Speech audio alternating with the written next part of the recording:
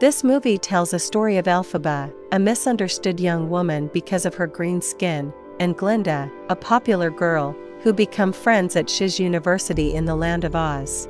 After an encounter with the wonderful Wizard of Oz, their friendship reaches a crossroads. This 161 minutes movie is a rendition of the musical version of Wicked, that only covers the first half of the Broadway show. This movie is really dull, and excruciatingly long. It's drawn out and bland, it lacks the bold musical acumen of a Broadway show. The movie tends to lumber along, becoming an unconvincing fantasy tale for 10 minutes or so, before switching back to musical mode. With every lung-busting empowerment song, it seems to be declaring that it's a significant work of art. And yet the message about not mistreating people just because they have green skin isn't exactly subtle, and the questions the film answers aren't exactly urgent. Most of the film unfolds as a flashback about Glinda's untold friendship with Elphaba. The plot of the movie is underwhelming as it's largely half-baked. The movie is not just very long, but it also drags with low energy. Anything resembling inspiration appears to have been snuffed out in the crib. Anytime the film breaks out into coordinated musical numbers, the scenes is cut with little attention to space, to detail, and to the impact of movement and sound.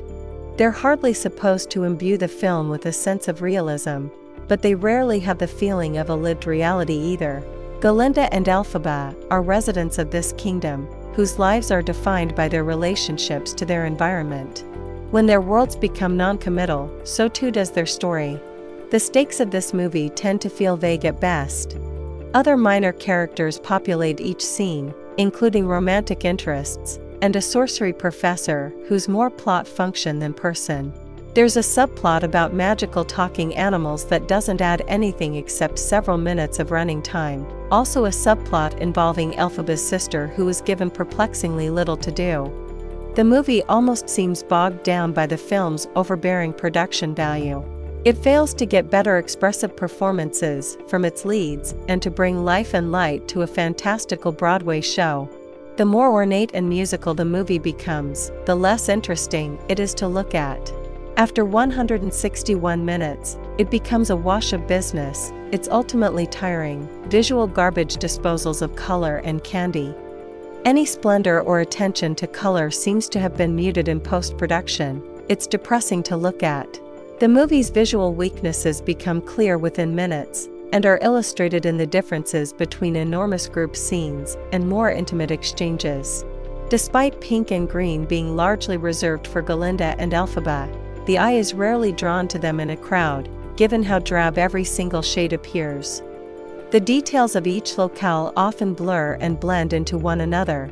In moments the movie should be bright and full, it feels dull and hollow, dragging itself through computer-crafted muck to finally arrive at its most memorable sequences. Elphaba is not an interesting character, as Cynthia Erivo, who plays her, has a frustratingly subdued performance. It's as if she's afraid to show any emotion beyond intense frustration and mild concern. The details of each locale often blur and blend into one another. In moments the movie should be bright and full, it feels dull and hollow, dragging itself through computer-crafted muck to finally arrive at its most memorable sequences. Elphaba is not an interesting character, as Cynthia Erivo, who plays her, has a frustratingly subdued performance. It's as if she's afraid to show any emotion beyond intense frustration and mild concern. Considering that this is only a part 1, the narrative doesn't deserve or demand a full 5 hours of screen time. It's hard to see this movie's final act and its arrival at defying gravity as anything but obligatory, since the story's real fallout is yet to come. Overall, it's not worth to watch this in theaters, just wait on your streaming service.